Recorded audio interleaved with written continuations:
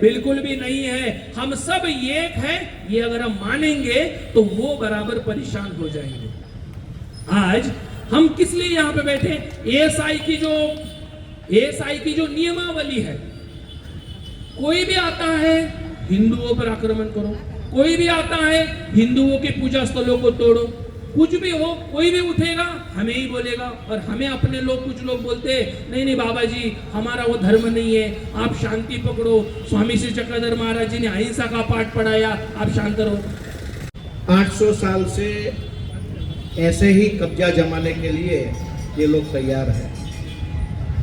1914 में UN मुखर्जी साहब ने एक छोटी सी पुस्तक लिखी, हिंदू एक मरती हुई नस्ल, हिंदू ए डाइंग रेस, जागो हिंदू जागो। 800 વર્ષ પછી રામ મંદિર બનાવવા માટે એક બાબરી મસ્જિદ તોડવી પડી। આજે તો આપણું મંદિર છે જ, ખાલી આપણે ત્યાં એને સંરક્ષિત કરવાનું છે। વિચાર કરીએ આપણે બધા કે આપણે કેટલા અજાગ્રત છે।